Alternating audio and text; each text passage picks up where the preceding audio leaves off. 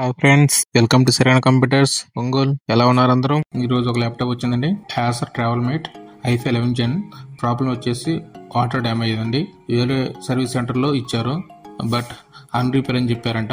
Second opinion కోసం మన దగ్గరికి వచ్చారు. ఓపెన్ చేసి చెక్ చేశాను ఫ్రెండ్స్. బోర్డులో 5 volt missing.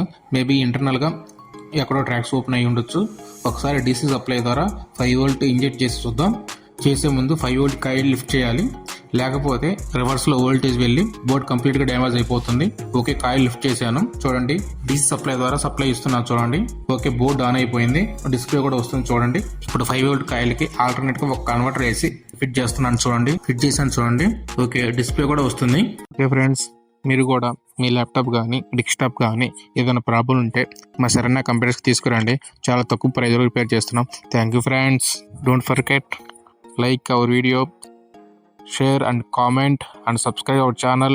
Click on bell symbol.